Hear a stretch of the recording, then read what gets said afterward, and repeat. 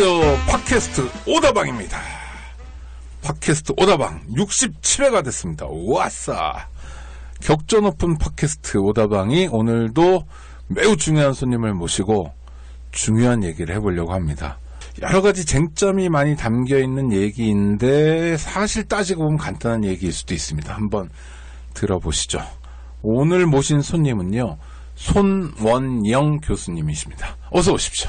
네, 안녕하세요. 네, 교수님. 초대해 주셔서 감사합니다. 아이고, 와주셔서 감사합니다. 서울기독대학교의 교수님이시고 신학전문대학원의 교수님. 네. 신학과 교수님이신 거죠. 예, 그렇습니다. 네. 여기는 그러니까 기독교가 신구교가 있을 때 신교죠, 개신교. 예, 그렇습니다. 네, 기독은 뭐 신구교 포함한 용어긴 네, 하지만 네. 개신교. 그럼 혹시 목사님이세요? 그렇죠. 저는 소속 감리교 목사입니다. 감리교 네. 목사님이시면서 서울기독대학교 교수님이신데 잘리셨습니다, 얼마 전에. 그렇죠? 네. 징계를 당하셨는데 그게 뭐죠? 그러니까 해임, 파면? 파면이 됐습니다. 교수로서는 제일 안 좋은 케이스죠. 그렇죠. 제일 안 좋은 징계는 이제 양형이 아니라 양정이라고 하는데 양정 중에 가장 무거운. 그렇습니다. 이 형벌로 치면 사형 같은 거죠. 그렇죠. 네, 그래서 교수로서는 제일 무거운. 잘리는 건 해임도 잘리고 파면도 잘리지만 파면 훨씬 더 지독한. 네. 자, 대학 교수가 대학에서 파면되는 일이 흔한 일은 아닌데 왜 잘리셨어요? 글쎄요. 지금도 약간 알딸딸해가지고. 그래도 저쪽에서 대학 측에서 내놓는 뭐 이유가 있을 거 아닙니까? 예. 이유는 이제 한마디로 말하면 성실 의무 위반. 성실 의무 위반이라고 이제 이름을 붙였더라고요. 저도 제가 불성실한 교수인지 이번에 처음 알았습니다. 네, 우리 박근혜 대통령한테 하고 싶은 얘기가 성실 의무 위반인데 그거는 늘 붙이는 거고요. 사실은 해고 사유가 뭐 하나만 있는 게 아니라 뭐 여러 가지가 있잖아요. 그렇죠. 늘 붙이는 거. 하나만한 얘기고 실제로는 왜?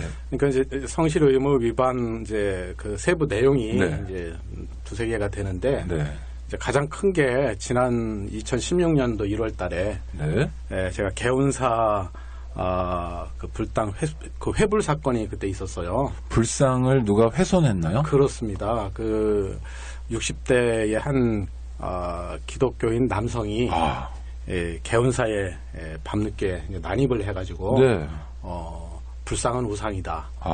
이렇게 이제 주장을 하면서 불상을 다 훼손을 했죠. 어떻게 훼손을 했습니까? 이제 사진으로 제가 이제 언론을 통해서 그렇죠. 장면은 못 보셨겠죠. 뭐 범죄니까. 완전히 그냥 뭐 다 부쉈더라고요. 이렇게 뭐를 했던 무슨 망치 이런 거로. 그런 것 같아요. 그래서 전부 다 이제 회부를 했고 재산 피해가 한 1억 정도 났다. 우와. 그렇게 제가 들었고요. 그 개운사가 서울에 있는 개운사 아닙니다. 저기 경상북도 김천에 있는 개운사요. 어이구 불자들이 스님들이나 그렇죠. 제가 불자들이 상처를 많이 받았어요. 상처 많이 받았습니다. 특히 그 주지 스님이 이제 비구니 스님이셨는데 그분이 이제 정신적인 충격을 받고 정신 치료도 받고 막 했던 이런 이야기를 제가 언론에서 접했죠.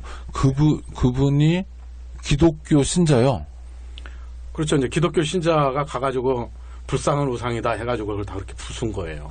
그 목사님이시고 교수님이시잖아요. 실제로 그렇게 가르치나요? 그러니까 제가 너무 그걸 보면서 창피하기도 하고 황당하기도 하고 막 화도 나고 그래가지고 제가 제 페이스북에다가 죄송하다는 말씀을 제가 이제 드리고 또 사람이 말로만 미안하다 그러면 좀 안 되잖아요. 그래서 최소한의 좀 마음 표시를 해야 되겠다 싶어가지고 모금 운동을 했죠. 그 원 상태로 회복되는데 복구할 수 있도록 조금 좀 도와줬으면 좋겠다.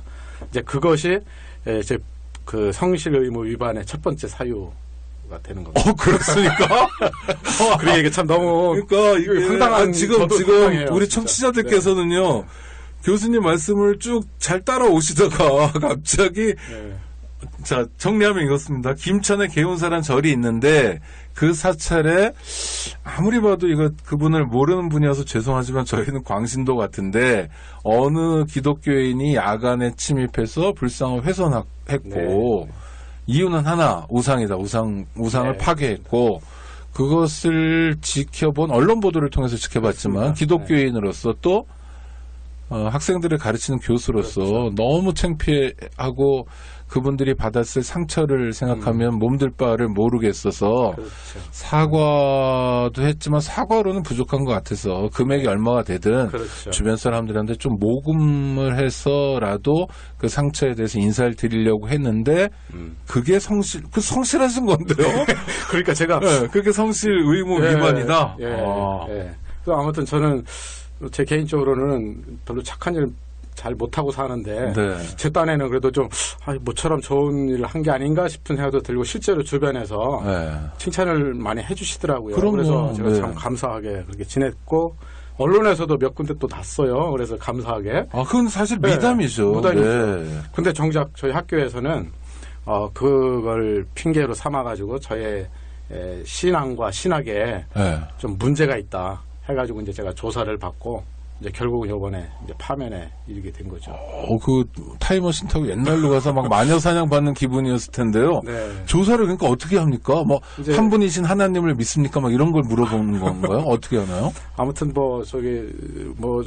하여튼 그 여러 가지 그 관련해 가지고 자기들 신학하고 저하고 안 맞는다. 자기들은 보수적인 신학을 하는데 저보고 뭐 해방 신학을 따른다. 자유주의 신학자다. 하여튼 이런 나름대로의 해방 신학하고 자유주의 신학은 좀 멀긴 한데 어쨌든 그분들은 같이 보시는군요. 물론 저도 사실 그 신학이 나쁜 신학도 아닌데 그분들도 그렇게 생각을 하는 것까지는 충분히 그럴 수 있다고 치는데 어쨌든 그런 이유로 이제 저를 자기들의 그 학교의 설립이 그러니까 뭐라고 해야 되나 학교 설립 정신 목적, 정반에 나와 신학, 있는 그거하고 저하고 안 맞는다. 이제 그렇게 이제 이름을 붙여가지고. 그러니까 성실 의무 위반에서 첫 번째가 그런 일을 하셨다는 거. 그렇습니다. 사회적으로 미담인데 또 있습니까? 네, 이제 그게 이제 주류고요. 그다음에 이제 두 번째 사유는 실은 저희 학교 2015년도 가을에 저희 학교 참 아주 부끄러운 일이 하나 있었어요. 왜냐하면 지금 이제 대학들이 우리 대학뿐만이 아니고 전국에 있는 대학들이 이제 부조개혁 평가를 지금 하고 있거든요. 그래가지고 학교를 1등부터 꼴등까지 쭉 줄 세우는데, 그렇죠.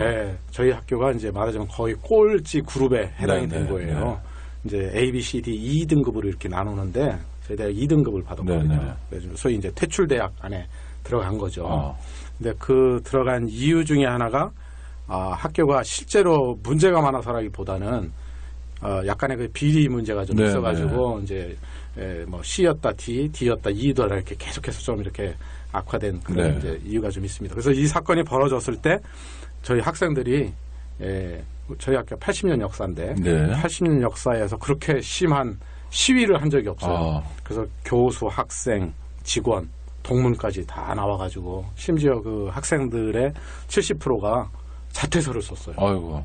왜냐면 이게 퇴출되면 그러니까 학생들 그렇죠. 자기가 그동안 공부했던 게 날아가는 거 아니냐 이런 불안과 공포가 있죠. 그래서 이제 저도 교수로서 그냥 지켜만 볼 수가 없잖아요. 미안하죠, 또 학생들. 미안하기도 하고 또 학교를 정상화하는데 좀 노력해야 되고 특히 그 학생들의 마음을 이렇게 어루만질 필요도 있고 또 학교는 학생이 없으면 학교가 아니잖아요. 그럼요. 그러니까 자퇴해서 좀 이렇게 만류해야 되는 그런 것도 있고. 그래서 학생들을 지지하는 뭐라고 해야 되나 시위에 저도 함께 동참을 했죠. 1인 시위 교수님도 돌아가면서 했거든요.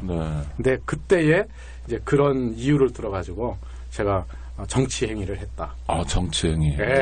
이제 그런 정치 다 정치죠, 뭐. 그래가지고 이제 사실 요건은 저만이 아니고 당시에 그 시위에 참여했던 교수들이 이번에 직원 1명 포함해가지고 6명의 해고가 됐어요. 우와. 재임용 탈락하는 형식, 저는 이제 말하자면 파면하는 형식으로 해가지고 집단으로다가 해직된 거죠. 그 재단에서 확실하게 보복을 한 거네요. 이번에. 그렇죠. 그런데 그러면 우리 손원영 교수님은 크게는 두 가지 혐의네요. 근데 거기에 이제 하나가 더 추가가 되는 또 것이, 있습니까? 뭘 이렇게 잘못을 많이 하시죠? 그러니까 저도 제가 이렇게 나쁜 사람으로 낙인 찍혔는지. 학교 등급 평가에서 2등급을 받았을 때 저항하는 학생들과 함께 연대하고 뭐 하신 말씀이 빤할 거 아니에요. 재단 운영을 투명하게 하자. 그렇습니다. 네. 우리 제자들 보기에 부끄러운 네. 모습 보이지 말자. 맞습니다. 우리가 어른이고 선배인데. 네. 네, 그런 말씀 하셨다가 이제 잘리게 되고 또 있습니까? 3탄. 그다음에 이제 세 번째는 이건 참 이것도 좀 그렇게 좀 그런데. 네. 아니 여태까지 다 그랬어요. 네. 세 번째는 이제 뭐냐면 제가 이제 우리 대학 원래 그 2010년부터 2014년 사이에 네. 우리 지금 현재 총장님이 원래 한 10여 년 동안 총장 일을 하시다가 어떻든 비리 문제로 해서 학교 밖으로 나갔었어요. 네. 3년 기간 동안. 네. 근데 그 비리가 그 법원에 이제 교육부 감사 결과 때문에 그렇게 비리가 드러났거든요. 네. 근데 그 비리가 이제 법원으로 가가지고 재판을 했는데 총장님이 당시에 뭐라고 해야 되나 징역 5년형을 구형을 받았어요. 네네. 그런데 어쨌든 최종심에서 무죄가 됐습니다. 그럼 증거 불충분으로. 무죄죠. 뭐 그렇죠. 네, 맞아요. 그래서 이제 네. 그 무죄를 이제 발판을 해서 다시 학교에 이제 들어왔죠. 네. 그래서 이제 들어오는 과정에서 이제 그 총장님하고 의견이 달랐던 교수들에게 여러 가지 어려움을 주는데 이제 그때 제가 또 총장님하고 약간 좀 어려움이 있었어요. 왜냐하면 총장님 나가 있는 상황에서 제가 그 당시 교무처장을 했었거든요. 네. 그러다 보니까 이제 저희 학교에 소위 말하면 그분이 만들어놨던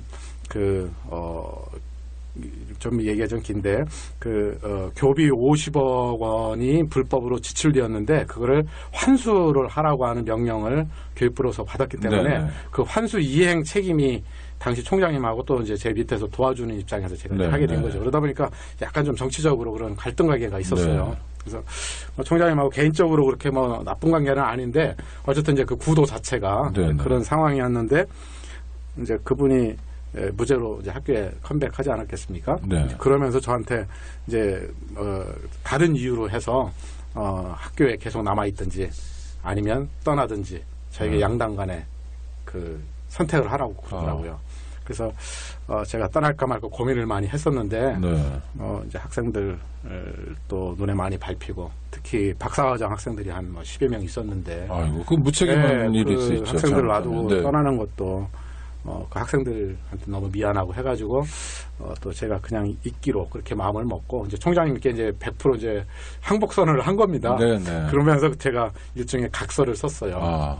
그래서 그 각서의 내용은 가장 대표적인 게 뭐냐면 그분이 원하는 것이 교단을 아까 제가 감리교라고 그랬잖아요. 네. 감리교에서 우리 학교에 그 교단인 그리스도의 교회 협의회라고 하는 교단이 있습니다. 네, 네. 교단을 바꿔주는 거예요. 근데 바꿀 때 그냥 바꾸는 게 아니라 이제 침례를 다시 받고 네. 그다음에 그 교단에 들어가는 거죠. 근데 제가 이제 그런 문제로 해서 제가 아니 다시 침례를 받는 게 이게 과연 성서적으로 맞느냐. 세례를 받으시고 게다가 목사 안수까지 받으신 목사님이 그렇죠. 다시 침례를 받는다. 네. 네. 그래서 제가 이거는 신학적으로 좀 문제가 있는 것 같다. 네. 아니 천주교에서 영성처는 매일도 하던데 그런 것도 아니고 세례를 그러니까 이게 참 그러니까. 종교적인 문제라 네. 뭐 여러 가지 의견이 있을 수는 있지만 네. 왜냐하면 저희가 그 대학 처음 들어갈 때 그걸 요구한 것도 아니고 네, 네. 뭐 제가 예컨대 그 교단 사람으로 들어갈 때 그거를 요구를 했으면 제가 아예 시작도 안 했겠죠. 네, 네. 근데 제가 18년 됐거든요. 처음 임용될 당시에는 뭐 그런 교단 문제 전혀 상관없이 뽑아놓고 10여 년이 지나서 교단을 바꾸라고 그러면서 이제 침례를 다시 요구를 하는 거예요. 네. 그래서 제가 그거에 대해서 이제 문제 제기를 이제 총장님 둘을 당시에 했더니 이제 그게 말하자면 학교 명예에 학교의 핵심적인 교리를 훼손했다. 그래가지고 제가 이제 일종의 명예훼손 형식으로 해서 정직 2개월을 그때 받았었죠. 네. 이제 그것이 이제 배경인데 어떻든 그때 각서를 썼어요. 네. 그래서 어떤 각서냐면 제 교단을 바꿔주는 거죠. 네. 그래서 제가 정직 2개월을 원래는 그때도 파면시킨다는 거를 이제 정직 2개월로 낮췄다고 그 사람들은 주장을 하는데 네. 저는 총장님하고 이제 그 합의를 볼 때 침례받고 교단을 변경하면 징계하기로 했던 그런 것들을 없애주기로 안 하는 걸로 네. 아니면 최소화하기로 이렇게 했는데 막 정직 2개월로 했더라고요. 어쨌든 이제 그런 배경인데 제가 그 과정을 다 밟았거든요. 네. 심리도 받고 그런 다음에 교단 변경을 제가 신청을 해서 절차를 다 밟았어요.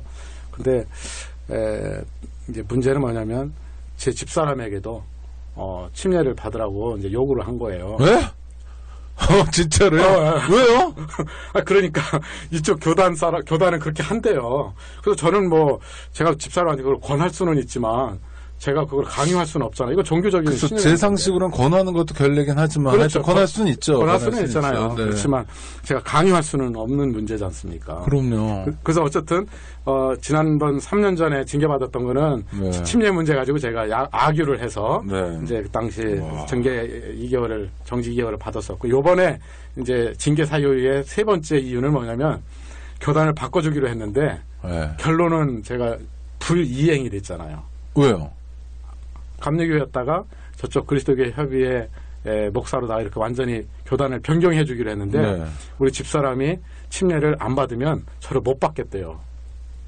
그래서 결국은 제가 절차를 다 밟았는데 결국은 제가 희한한 논리네요. 네. 부부는 일심 동체 이런 건가요? 하여튼 그런 건가요? 네. 네. 그래가지고 제가 하여튼 다 절차를 밟았는데 집사람이 이제 침례를 이제 뭐라고 해야 되나 이제 못 받은 상황. 집사람이 네. 그랬어요 저한테. 제가 권했더니 자기는 못 받겠다. 그럼 세례를 하는데 당연히. 그래서 제가 그러면서 저에게 얘기하기를 자꾸 그거를 자기에게 강요하면 이혼을 하는 게 좋을 것 같다.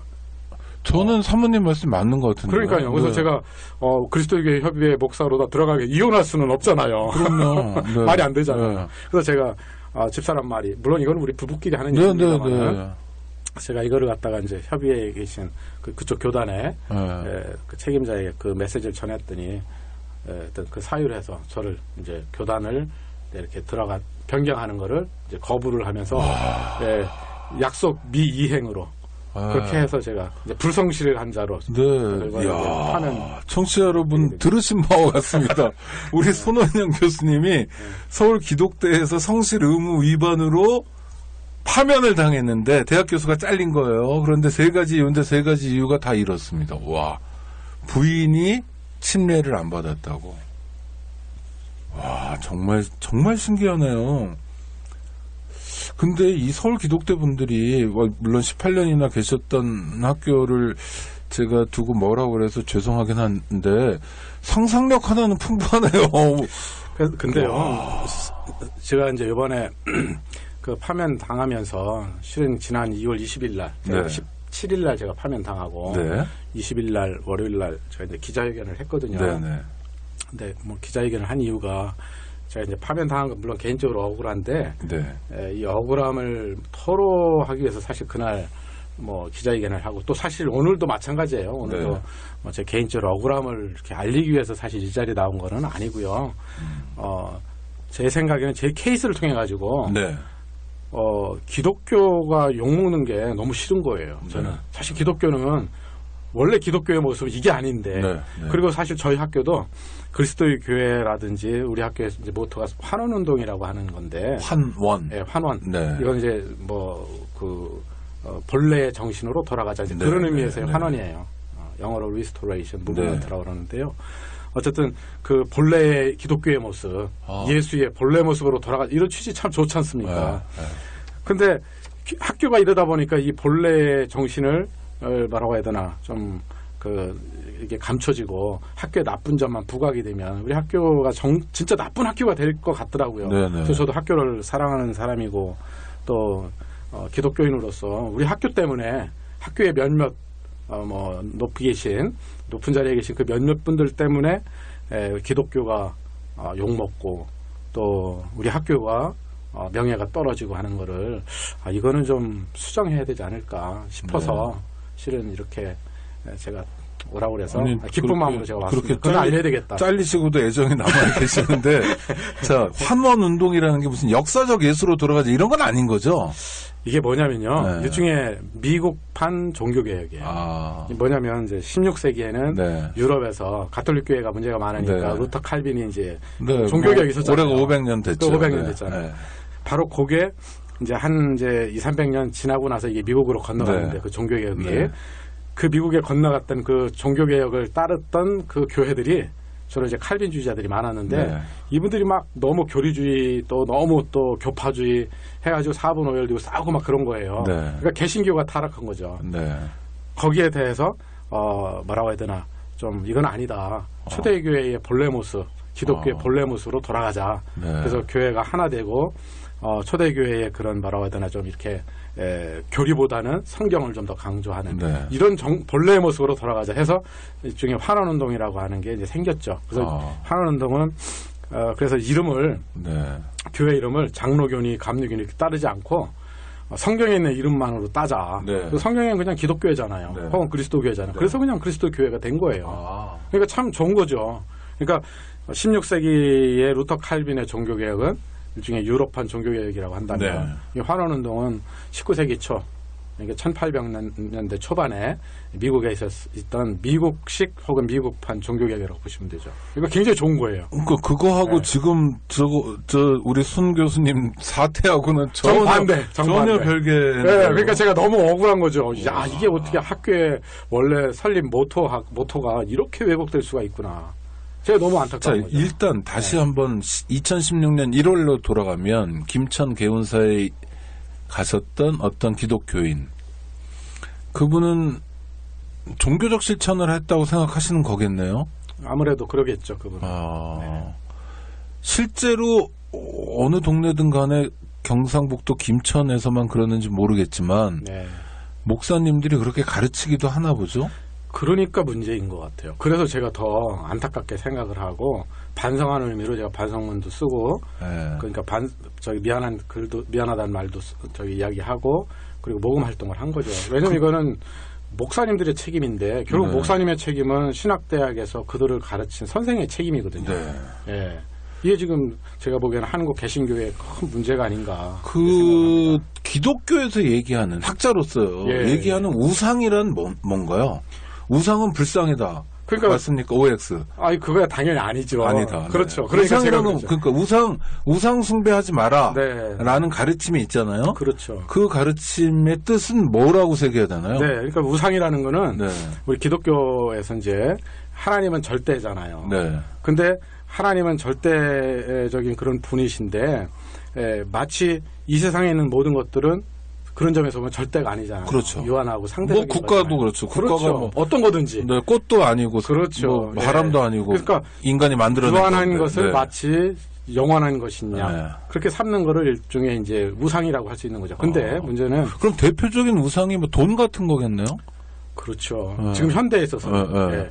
그러니까 자본주의 뭐 이런 게 우상이네요. 맞습니다. 그러니까 이제 요거를 조금 더 해명할 필요는 있는데요.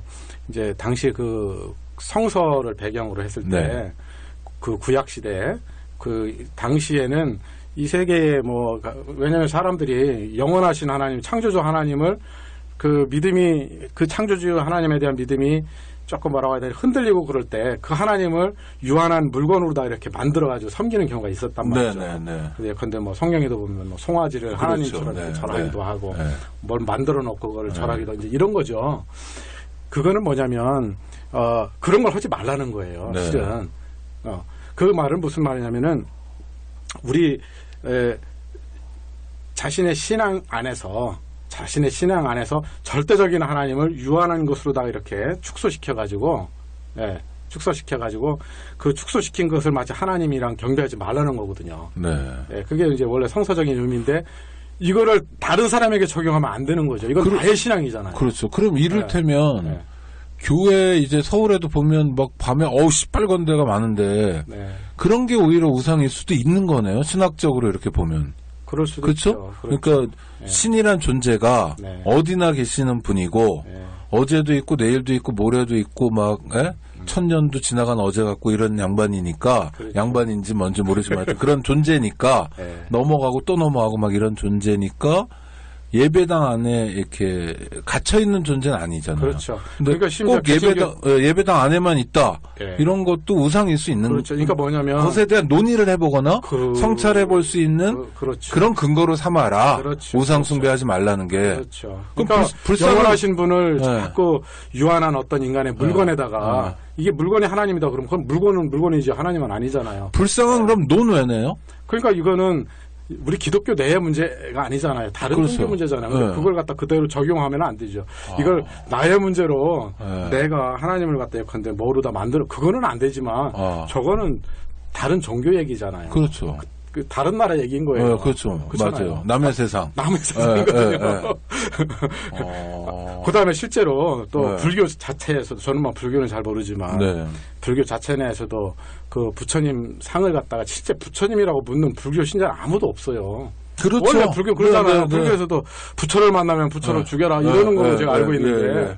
그러니까 그 부처가 실제로 뭐 그거 아니거든요. 단지 이제 종교적인 상징물 그걸 통해 가지고 문화적 전통이고 이런 거죠. 돌아가신 아버지 사진 뭐 이런 거죠. 그게 아버지가 아니잖아요. 그렇죠. 그런데도 그거 보고 그리워하기도 하고 뭐 옛날에 추억하기도 하고 사랑을 느끼기도 하고 인간이라는 존재가 뭐 부족하니까 그렇죠? 네. 맞습니다. 그래서 아무튼 우상숭배라고 하는 건 결국은 유한한 거를 영원한 것으로 특히 아까 우리 선생님 말씀하신 것처럼 뭐 특히 우리 현대인들은 뭐 돈이라든지 명예라든지 어떤 이데올로기 심지어 국가까지도 그거를 마치 하나님처럼 섬기는 거 이게 우상인 거죠. 그러면요 교회 열심히 다니시는 분들 중에 우상숭배 열심히 하시는 분들 많은데 교회 다니는 게 복 받으려고 다니고 그 다음에 장사 잘 되려고 다니고 승진하려고 다니고 뭐 다는 아니겠지만 많은 분들이 그렇고 그런 분들이 요새는 뭐 시청 앞에서 태극기도 많이 흔들시고 그런데 신학적으로 보면 그런 게 사실은 우상숭배다. 그럴 가능성이 높죠. 네. 그러니까 역시 교수님이시니까 그렇다라고 대답 안 하시고 가능성이 높다 이렇게 조심스럽게 말씀하시는데 엉뚱한 우상숭배 논의를 가지고 이웃 종교에게 상처를 준 거거든요. 제가 이웃 종교라고 표현하는 건 맞는 표현입니까? 그럼요. 요즘에 이제 타종교라는 표현보다는 이웃 종교라는 말이 맞죠. 안녕하세요. 오창익입니다. 인권연대는 정부나 기업의 지원을 사양하고 오로지 시민의 참여로만 운영하는 100% 순도의 민간 인권단체입니다. 1999년 창립 이래 한눈 팔지 않고 오로지 인권운동에만 매진해 왔습니다. 인권연대 회원으로 참여해주세요. 인권연대 회원이 늘어나면 그만큼 인권연대의 활동도 풍부해지고 활발해집니다. 인권연대 회원 가입은 인권연대 홈페이지를 참고해주세요. 감사합니다. 그러면요, 저는 서울 기독대에서 회불 사건에 대해서 모금 운동을 하시고 뭐 하셨다는 이유만으로 대학 교수를 하여튼 백주 대낮에 이렇게 파면을 했는데 이 소식을 들은 불자들은 상처를 더 받았겠네요. 그러니까 제가 지난번 기자회견을 한 이유가 사실 거기에 사실 있어요. 왜냐하면 이제 제 일로 해서 사실은 조금은 위로가 되지 않았을까 하는 생각을 한번 해보거든요. 그렇죠. 그럼요. 왜냐하면 실제로 그 개운사 주지 스님하고 제가 이제 좀 통화를 했는데 저한테 고맙다는 말씀을 하시더라고요. 돈을 보내드렸나요? 모금한 걸? 보내드리려고 했는데 그쪽에서 종교 평화를 위해서 좀 써달라 그래가지고 실제로는 이제 드리려고 그러다가 못 드리고. 그것도 다 아름다운 얘기네요. 아름다운 안 받으신 거죠? 개원사 주지스님이. 그러시죠. 그래서 종교 평화 토론 모임에다가 제가 기부를 했죠. 그 스님도 참 성숙한 분이네요. 네. 당장 뭐 수리비도 들고 돈이라는 게 늘 자본주의에서 다 당연히 그렇습니다. 뭐 남한테 있는 것보다 나한테 있는 게 좋은 거라고 우리가 다 여기는데 진짜 종교인들 모습이다. 서로 돈 안 받겠다고 이런 모습인데. 그렇군요. 야, 궁금한 게 참 많은데요. 하여튼 교수님, 사회적으로요. 저는 막 의사 선생님 중에는 옛날 부산의 장기려 선생 이런 분들 이런 분들이 이 기독교계에서 좀 기려지는 분인가요? 아닌가요? 잘 몰라서요. 장기려 저기 선생님. 네네. 굉장히 존경받고 있는. 그렇습니까? 현실에서 막 그렇죠. 큰 교회에서도요? 네. 그렇습니까? 근데 그분 같은 경우에 보면 정말 좋은 의미에서 기독교 신자 같아요. 막 청십자병원 하면서도 이렇게 돈 없으면 원장 선생님이 막 뒷문 열어주고 그분의 최후 같은 경우도 옥탑방에서 혼자 그냥 책상에서 엎어져서 주무시다 듯 이렇게 돌아가신 약간 과로사 같아 보이기도 하고 한국의 슈바이처라고 하는데 뭐 한국의 슈바이처라고 하기에 너무 아까울 정도의 그런 어른이고 그래서 저희가 신은 만나지 못하더라도 내가 기독교인이요 하는 사람들을 통해서 간접적으로 체험하는 거잖아요, 사실은. 그러니까 신의 사랑을 진짜 막 물론 봄날 같은데 느낄 수 있겠죠. 뭐 따뜻하고 벚꽃 죄송합니다. 벚꽃도 쫙 피고 그러면 진짜 네. 느낄 수도 있겠지만 감성이 풍부한 사람일 거고 그 사람은 신앙이 깊든지 보통은 이제 종교인들을 통해서 느끼고 체험하는 거잖아요. 그렇죠. 제 얘기가 맞죠, 대충. 그럼요. 네. 예. 그런데 일부라고 얘기하기에는 숫자가 좀 많은 것 같은데 개신교인들 보면서 저도 이렇게 그냥 좀 상처를 받을 때가 있어요. 아이고 죄송합니다. 아니요. 왜 선생님 죄송하실 건 아닌데 왜 그렇죠? 내부에서 볼 때는 어때요? 왜 그럴까요? 글쎄 이제 원인이 여러 개 있겠지만, 네네, 그렇죠. 제 생각에는 일단 이제 뭐 옛날 분에게 책임을 전가한다는 건 좀 뭐하지만 네. 한국에 소개되었던 초기 기독교의 선교사분들이 네네네. 들어오셨을 때 신앙의 순수성을 많이 강조하고 열심히 했던 거는 제가 인정하고 감사하게 생각을 하는데요. 네. 신학적인 면에 있어서는 굉장히 보수적이고 또 더 나아가 근본주의적인 소위 뭐 북장로의 이런 이제 네, 그런 네, 경향이 네. 좀 많았는데요. 네. 그것이 거의 굳어졌기 때문에 그런 게 아닌가. 네. 네. 약간 제국주의적인 것도 네. 있지 않았습니까? 그러니까 뭐냐면 한국 사람, 조선 사람들이 예. 좀 뭐 자기가 볼 때 좀 미개해 뭐 이런 태도도 있지 않았을까? 그런 것도 분명히 있었겠죠. 네. 예. 아니 근데 그건 옛날이잖아요. 근데 근데 예를 들어서 좀 폭력적이라든지 예. 이웃 종교에 관용하지 않는다든지 하는 것들이 예. 예를 들어 80년대 굉장히 극렬하다가 예. 좀 줄었거나 이런 게 아니라 예. 시간이 지나면서 조금씩 더 그런 모습을 보여주고 꼴보수 그러니까 예를 들어서 제가 기독교인이라면 기독이 그리스도잖아요. 그렇죠. 기독을 일반인들이 개독이라고 그러면 강아지 개 그렇게 많이 쓰잖아요. 인터넷에서나 젊은이들이. 네. 그러면 정말 그 말로만으로도 네, 상처고 네, 맞습니다. 정말 그 진짜 기분도 나쁘고 슬프고 우울하고 이럴 것 같은데 그냥 개독이란 말까지 이렇게 나오고 자연스럽게 얘기하고 많은 경우는 또 지탄의 대상이 그렇죠. 되기도 하고 네. 그게 그러니까 쭉 100년 동안 그랬던 건 아니잖아요. 그렇죠. 실은 초기 기독교 우리 한국에 들어왔을 때 역사는 네. 사실 우리 한국의 조선 말 일제 초기 굉장히 교회가 역할이 컸잖아요. 3.1운동. 네, 그러니까요. 네. 다시 말하면 대한민국이라고 하는 이 임시정부, 대한민국 임시정부가 3.1운동으로부터 시작이 됐지 않습니까? 네. 그러니까 3.1운동에 큰 역할을 했던 것이 다 알듯이 기독교의 역할이 크잖아요. 남강 이승훈 선생님 때문에 그러니까요. 쫙 3분의 1이 쫙 온 거죠. 그러니까 네.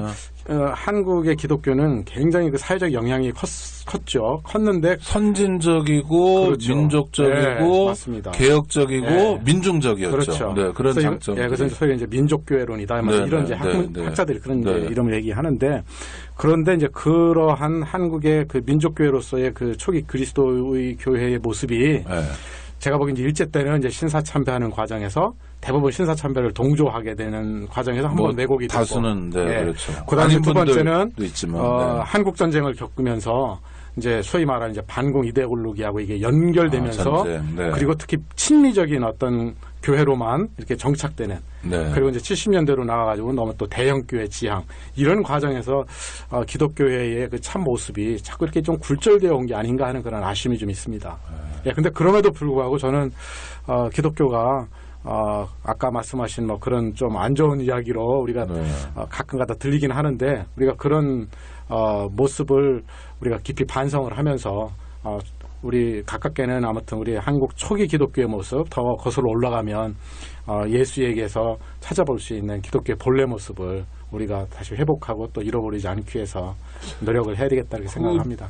본의 아니게 2주 전에도 저희 방송을 통해서 작은 개척교회 얘기를 다뤘는데 그러셨군요. 기장교회예요. 그리고 목사님이 출석교회는 20명밖에 안 되는 작은 교회인데 목사님이 3분이라고 그러더라고요.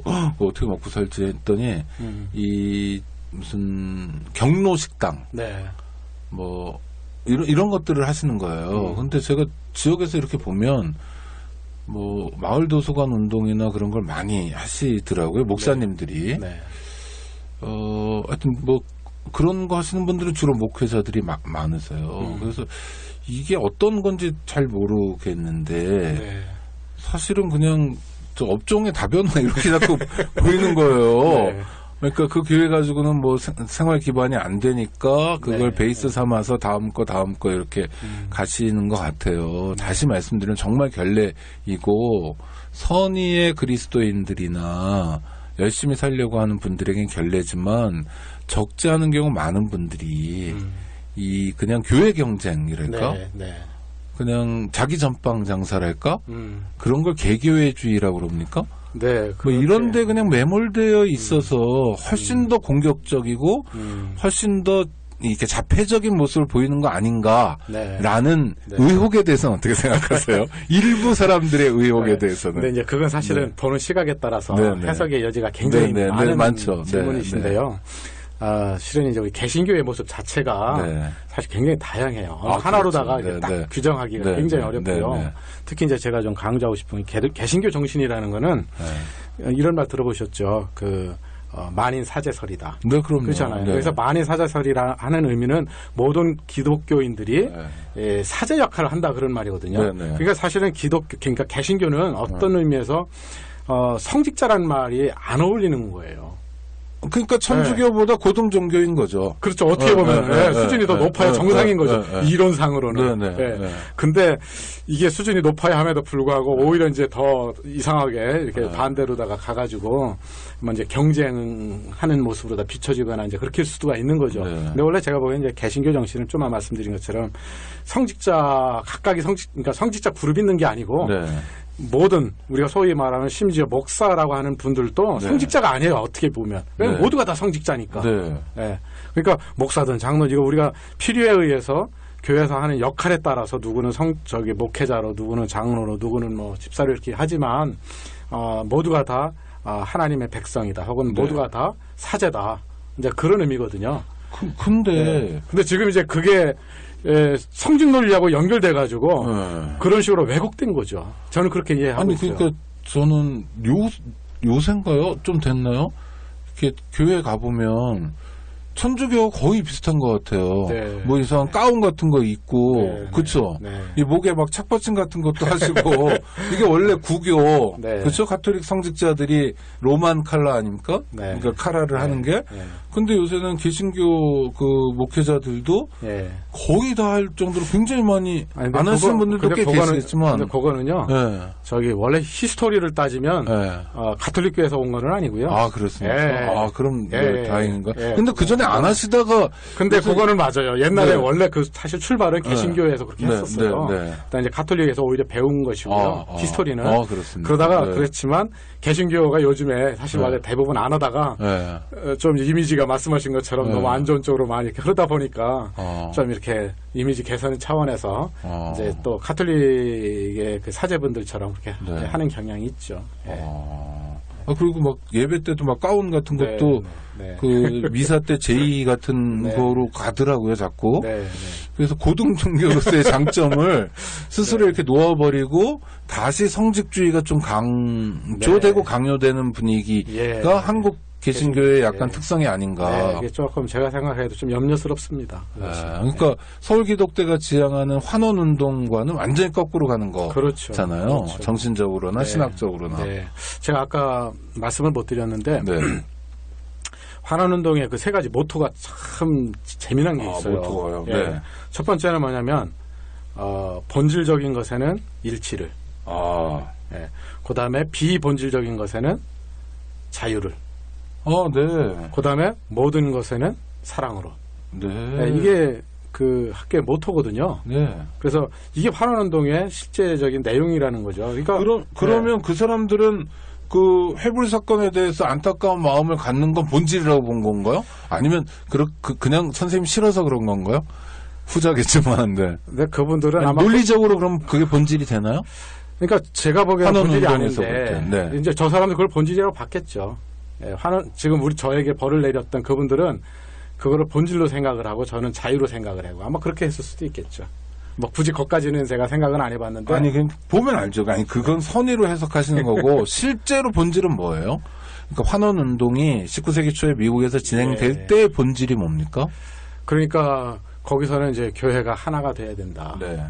예컨대 이런 것들이 본질이고 그 다음에 우리는 이제 하나님의 자녀다. 네. 이런 건 이제 본질인 거죠. 네. 그다음에 하나님의 자녀가 되기 위한 의식에 있어서는 뭐라고 해야 되나 세례를 받아야 된다. 네.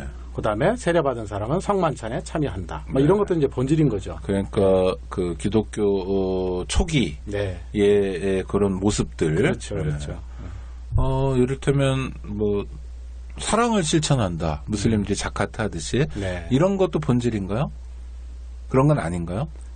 그건 본질이죠. 본질입니까? 본질이죠. 사랑의 실천. 그렇죠. 그건 본질인 거죠. 네. 비본질은 어떤 겁니까? 그러니까 예를 들어가지고 형식들. 머리 입고 다니냐? 그렇죠. 뭐 첫받침 카라를 하냐 안 하냐? 그렇죠. 제의를 입냐 안 입냐? 뭐 기도하는 형식 먹고 손을 모아야 되느냐? 무릎을 꿇어야 되느냐? 서로 서야 되느냐? 네. 그런 것들은 이제 비본질에 해당이 되죠. 근데 그러면... 제가 보기에는 거의 웬만한 게 다 비본질이에요. 예. 아주 핵심 교리. 예, 핵심적인. 예컨대 아주 쉽게 생각하면 사도신경이 있잖아요. 네네. 사도신경에 나와 있는 거에 대해서는 우리가 어느 정도 모든 그리스도인들이 공감을 하잖아요. 그건 신구교 다. 그렇죠. 그러니까 그거는 본질에 해당이 되는 거죠. 하나님은 예컨대 삼위일체 되신 분이다. 예수는 그리스도다. 뭐 이런 식의 가장 기본적인 것들을 우리가 이제 본질로 본다면 그 나머지 것들은 자유로운 거죠. 뭐 예컨대 이제 문화적인 거. 뭐 예를 들어서 뭐 담배를 펴야 되냐 말아야 되느냐. 비본질. 예수님이 뭐 담배 냄새도 못 맡아봤을 텐데. 술을 마셔야 되냐 말아야 되느냐. 물론 뭐 개인 성향에 따라서 마실 수도 있고 안 마실 수도 있지만 어떻든 이런 것들은 자유에 해당되는 건데 그거를 본질로 다 해석하면 곤란한 거죠. 그렇다면 그냥 신학자로서 한 사람의 목회자로서 개운서의 불상이건 어디든 간에 불상을 그렇게 망가뜨리고 하는 거는 본질에서 한참 벗어난 거다라고 규정하시는 거죠. 그렇죠. 그렇죠. 예. 왜냐하면 그 이제 우선 이웃이잖아요. 뭐 종교나 이런 걸 떠나서 이웃이잖아요. 네. 그 이웃의 물건을 갖다 그렇게 해를 끼친다든지. 그 일단 범죄죠. 범죄죠. 범죄도 그렇고 또 고약한 범죄가 그냥 재산상의 손해가 아까 뭐 1억 넘게 났다고 그러셨는데 그거만이 아닌 더 큰 상처를 주는 범죄죠. 그렇죠. 게다가 이제 예를 들어서 기독교에서 강조하는 게 뭐 복음을 전한다. 우리가 그런 이야기를 많이 해요. 기쁜 소식. 기쁜 소식, 뭐 복음을 전한다, 선교한다, 전도한다. 할 때 그 방법에 있어서도 실은 성경적인 방법을 가지고 전도도 하고 그래야 될 거예요. 성경적인 방법이라면 결국은 사랑으로 전하는 거죠. 그러니까 왜 종교가 우리 다른 종교는 뭐 잘 모르겠습니다. 적어도 기독교에서 사랑을 많이 강조하는 이유가 그것이 기독교의 본질임과 동시에 하나님의 본성, 그 하나님의 본성으로서 우리가 사랑을 강조하는 것도 있지만 또 하나는 복음을 전할 때 사랑으로 전하는 거죠. 다른 사람 물건을 막 부시고 폭력적이고 그런 방법으로 전도하면 안 된다는 거죠. 사랑으로 전한다는 게 어떤 뜻인가 여쭙고 싶은데요. 예를 들면 이런 겁니까? 아까 장기려 선생처럼 와 보니까 너무너무 잘 살아. 그래서 물어보는 거 너무 궁금해서 당신 뭔데 그렇게 헌신적이고 이 양반이 또 북한에 있는 사모님 생각해서 평생 수절하면서 뭐 하여튼 이 드라마틱한 대목들이 좀 있잖아요. 장기려 선생에게. 김일성대, 서울대 다 교수도 하셨던 하여튼 건국 초기에 대단한 의사 선생님인데 부산 가서요. 근데 보니까 이분이 기독교인이네. 이런 게 이를테면 사랑으로 전도하는 겁니까? 그러니까 여기서 말하는 사랑이란 뭐냐면 신학적으로 제가 설명하면 우리가 예수님이 그렇게 얘기하잖아요. 요한복음에 보면 말씀이 육신이 되셨다. 그잖아요. 원래 하나님이셨는데 가장 천한 모습으로 이 땅에 오셨다. 초월에 계신 분이 가장 유한한 인간의 모습으로 오셨다. 이게 소위 말하는 이게 육화, 혹은 인카네이션, 뭐 화육 이런 표현을 쓰잖아요. 그러니까 일종의 자기 제한이고 자기 부정이거든요. 그러니까 사랑이라고 하는 건 결국 그런 방식으로 표현될 수밖에 없는 거죠. 그러니까 구체적으로, 논리적으로는 그런데 구체적으로 뭐 하는 거예요? 그러니까 사랑으로 전도하는 게. 지하철 타서 이런 건 아니잖아요.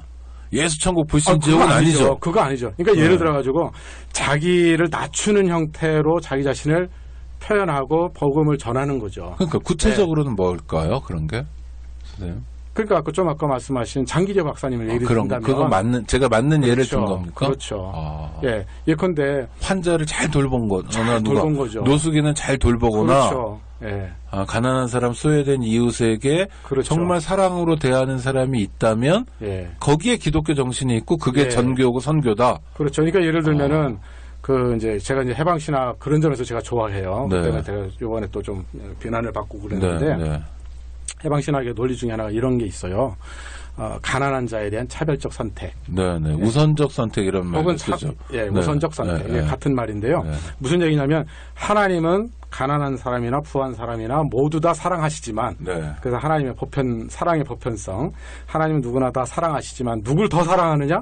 가난하고 힘들고 고통당하는 사람을 더 사랑한다. 엄마 아빠들도 그래요. 그러니까요. 그러니까 공부 잘해서 서울대 간 아들놈보다 고등학교만 졸업한 아들을 더 챙기게 되죠. 그러니까 그 하나님의 보편적인 사랑과 가난하고 어려운 사람을 차별적으로 사랑하는 것 사이에는 모순이 없다.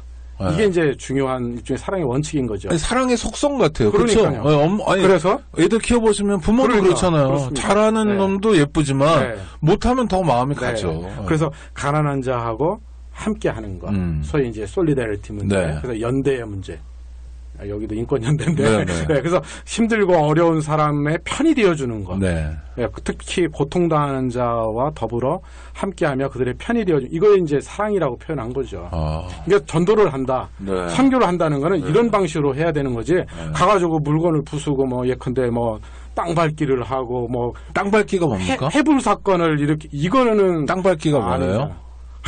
아니, 그러니까 땅 밟기가. 땅 밟기는 뭐냐면, 이게 원래 이제 어원이, 이제 이야기가 구약성경 배경인데, 이제 땅을, 점령해야 될 땅을 계속 밟아가지고, 여호수아서에 나오는 그 얘기거든요. 그래가지고 가나안 복지에 이제 들어갈 때, 그 성을 갖다 점령을 해야 되는데, 우선 몇 바퀴를 돌았다. 이제 일종의 이제, 그런 이야기로부터 해서 복음을 전할 때 그런 식으로다가 그럼 절에 가서 땅을 밟아요?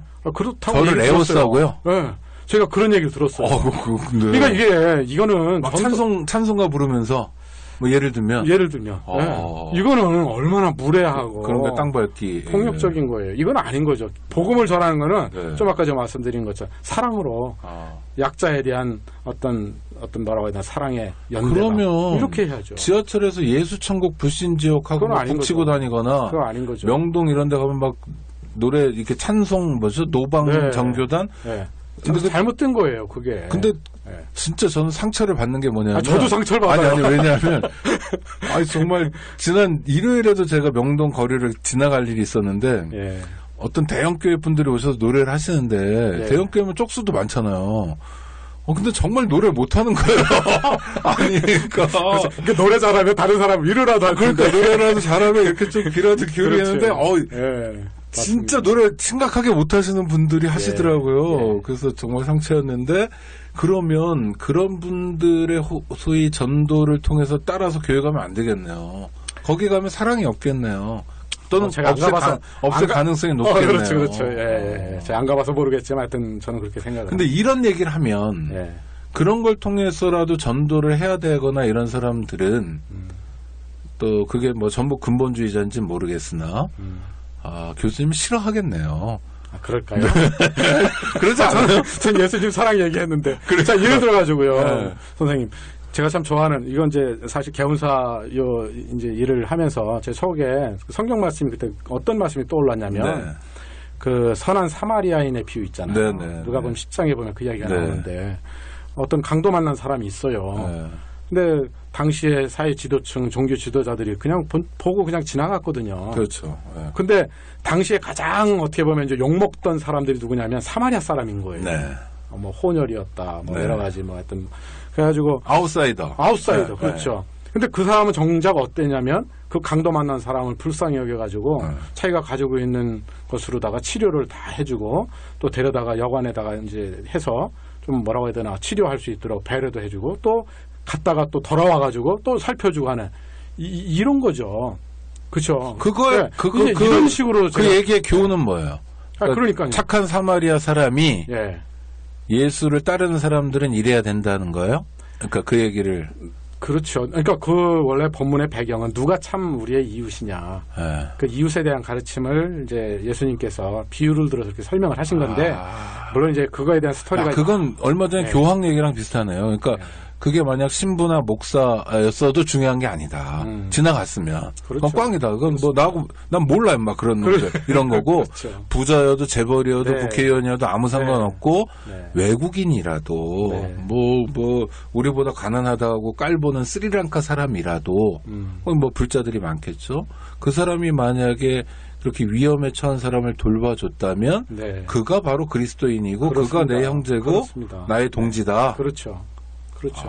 살벌한 얘기네요. 그러니까 사실은 성경 말씀이 굉장히 그런 점에서 보면 살벌하죠. 네. 아니, 단호하잖아요. 단호하잖아요. 둘 중에 하나잖아요. 네. 네. 도와주든지 아니면 나가든지 넌 네. 교회 아니야. 뭐 이런 태도잖아요. 네. 그러니까 우리가 그거를 정말 이렇게 철저히 하기는 쉽지는 않지만 하여튼 그렇게 실천하도록 우리가 노력을 해야 되는 거죠. 최소한 자기가 못하면 그렇게 하는 사람에 대해서 욕을 하면 안 되잖아요. 그러니까 그런 걸, 야, 제가 그렇게 됐어요. 그러니까 그것도 재주다. 왜냐면요. 네. 자기는 전혀 그렇게 안 살면서 네. 강단에서는 또 그렇게 설교를 그러니까. 이거 대단한 신공인데요. 이거 점수가 높아지는데, 와. 아니, 전 최근에 그 무슨 외신에 이렇게 자막으로 나가던데, 네. 교황이 그렇게 얘기했다는 거예요. 그런 네. 말씀을. 네. 그냥 교회 나온 사람보다 뭐 정확히 워딩이 기억이 안 나는데 하여튼 착한 사람이랄까 의롭게 사는 사람이 진짜 그리스도인 그 사람이 네. 훨씬 더 나은 사람이다. 네, 네. 구원이라는 게 있다면 그 사람에게 있다 이런 건데 저도 교황님 말씀에 그게 바로 성경에 나오는 착한 또는 선한 사마리아인의 비유가 그렇죠. 하고자 하는 얘기였다는 거죠. 네. 와. 그러면은 아니 선생님은 모셔서 이런 얘기 드리면 그렇지만 이제 파면되셨지만 네. 저는 뭐 재판으로 가겠죠. 근데 그 젊은이들 말로 100% 이기실 거기 때문에 그 정도 상식은 한국에 있으니까. 네, 저도 그걸 믿습니다. 네, 아니 정말요. 100% 저 승소하실 물론 시간이 좀 걸리겠죠. 그리고 네. 저쪽에서 원심에서 이겨도 항소심 가고 막 이렇게 해가지고 시간을 끌고 또 대학이라는 데가 그런 자원은 풍부하거든요. 네.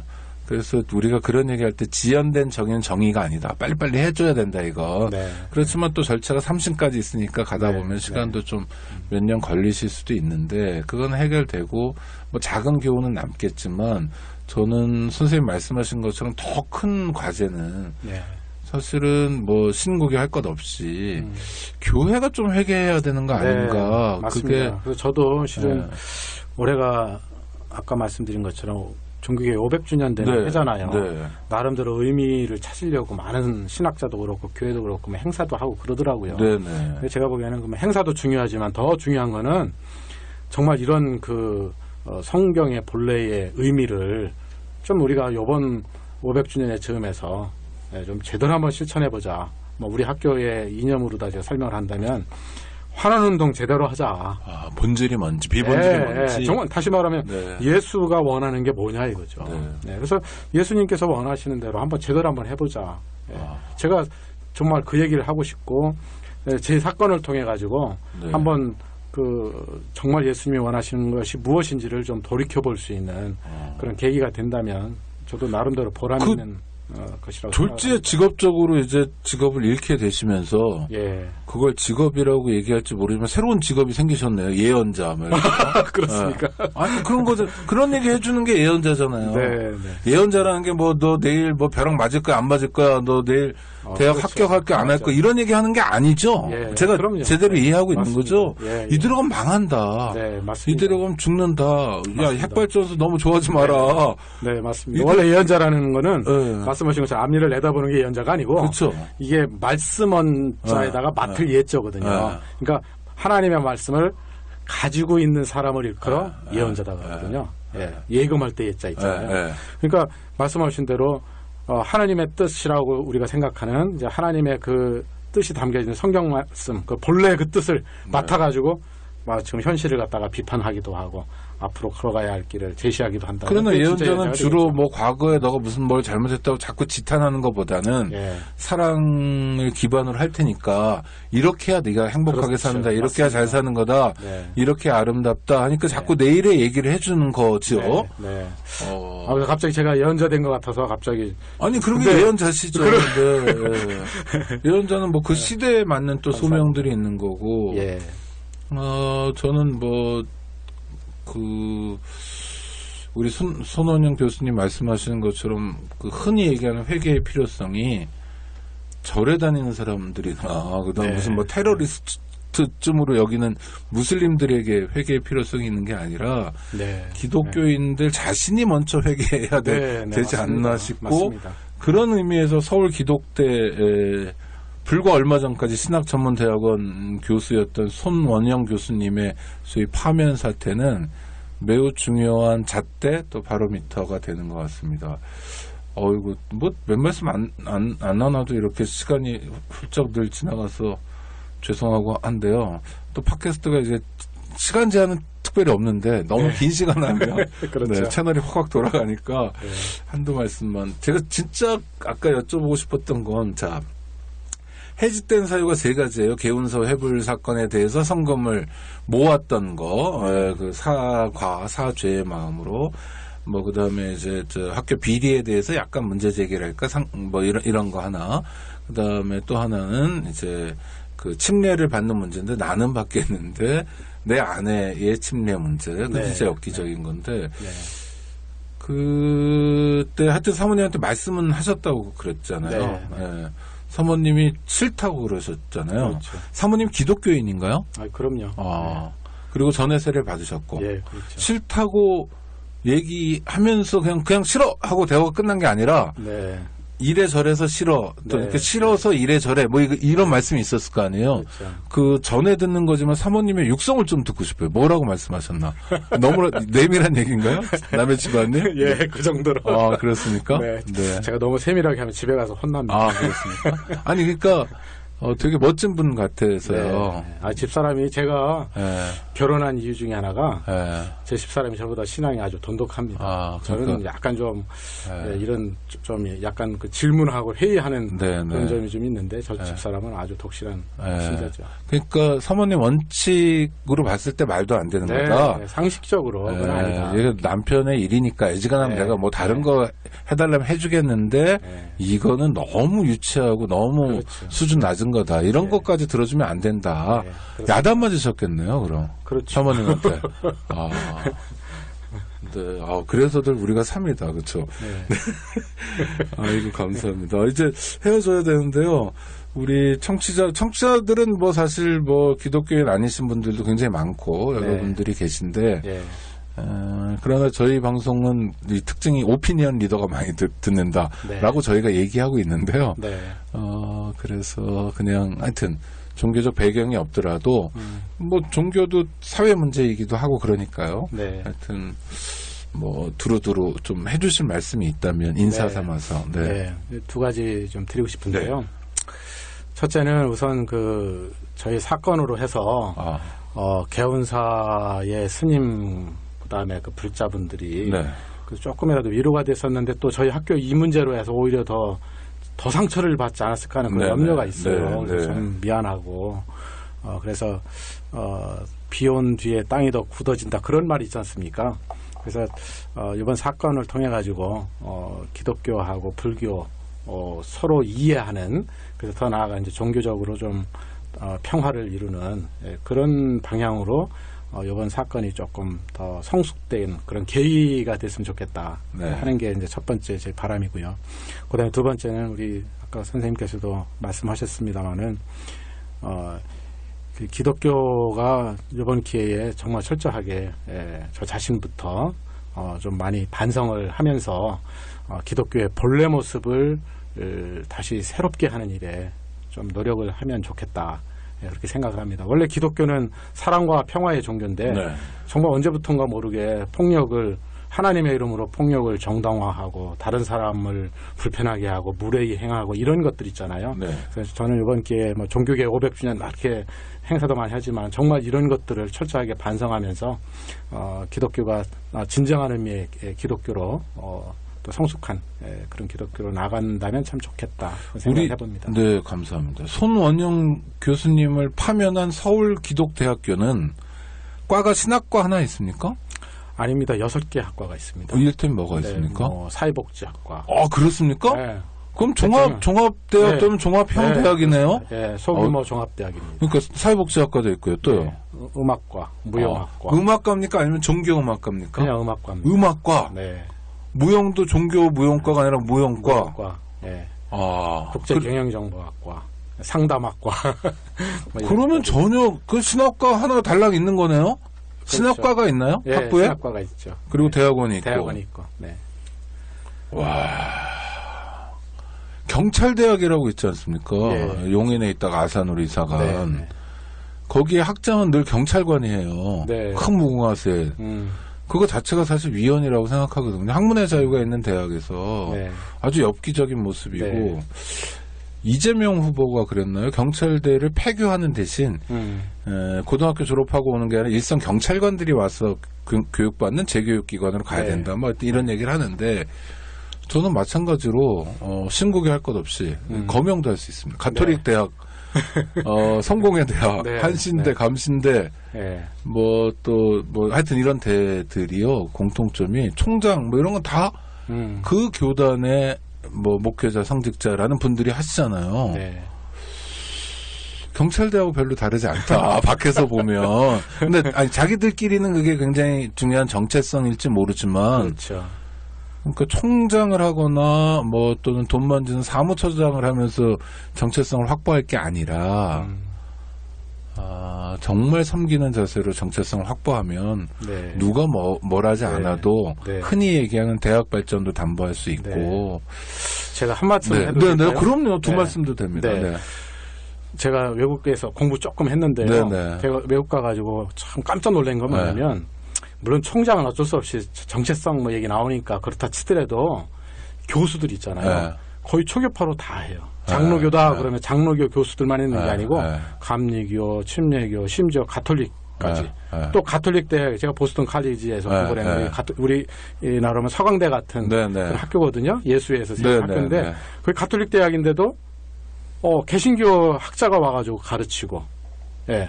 또 제가 샌프란시스코 신학교에서 좀 공부를 했는데 거기 장로교 신학교예요. 네. 근데 학장이 딘이 수녀였어요. 네. 이런 식으로 해서 막 유태인도 있고. 그럼요. 그럼요. 예. 그러니까 적어도 학문을 하는 데 있어서는 다양한 그 시각이 필요한 거죠.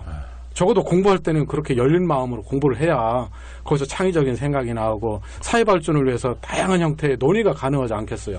근데 하나의 색깔만 강요하고 그거 틀리다고 막 뭐라고 해야 되나 이런 식으로 징계를 하거나 단죄하고 망가뜨리고 부서뜨려야 될 상대로 규정하고 잘못된 게 아닌가 싶습니다. 네, 많이 잘못된 거죠. 한국교회가 미국교회에서 많이 왔는데 개신교는 그런데 그런 풍부하고 열린 모습은 배우지 못하고 아주 폐쇄적인 모습만 답습하는 건 그것도 이제 100년 전 수준에서 답습하는 건 안타까운 일이고요. 세계로 좀 열렸으면 좋겠는데 그건 마음을 여는 것부터 시작돼야 될 것 같고 종교적 용어지만 회개하는 것부터 시작돼야 될 것 같다는 생각이 들고요. 아무튼 우리 손원영 교수님 이게 그냥 갑자기 불벼락 같은 사실은 재앙이고 또 상처고 누가 뭐래도 해고는 힘들거든요. 당장 힘드실 텐데 하여튼 저희도 연대 인사를 드리고요. 네, 감사합니다. 오늘 방송에 출연해 주셔서 고맙고 또 우리 방송 들으신 분들이 교수님하고 연대하는 마음도 갖고 또 구체적으로 실천할 수 있는 과제도 함께 찾을 것 같습니다. 네, 이렇게 응원해 주셔서 아주 힘이 납니다. 감사합니다. 그러니까 비록 대학 교수는 잘렸지만 기독교적으로 보면 그날로 바로 예언자를 거듭나는 이런 오늘 제가 그걸 명심하겠습니다. 이런 역사가 또 오늘 이루어집니다. 네, 선생님 감사합니다. 감사합니다. 청취자 여러분 감사합니다. 다음 주에 뵙겠습니다. 안녕하세요. 장발장은행의 대표를 맡고 있는 홍세화입니다. 200만 원, 300만 원 벌금을 내지 못해 감옥에 갇히는 분이 매년 4만 명이 넘습니다. 장발장은행은 이분들에게 무이자 무담보로 대출을 해주고 있습니다. 장발장은행을 후원해 주시기 바랍니다. 실로 모든 게 엉망으로 치닫는 듯한 세상입니다마는 스스로 아름다워지는 데에 경연쩍어 하지 않기를 바랍니다. 고맙습니다.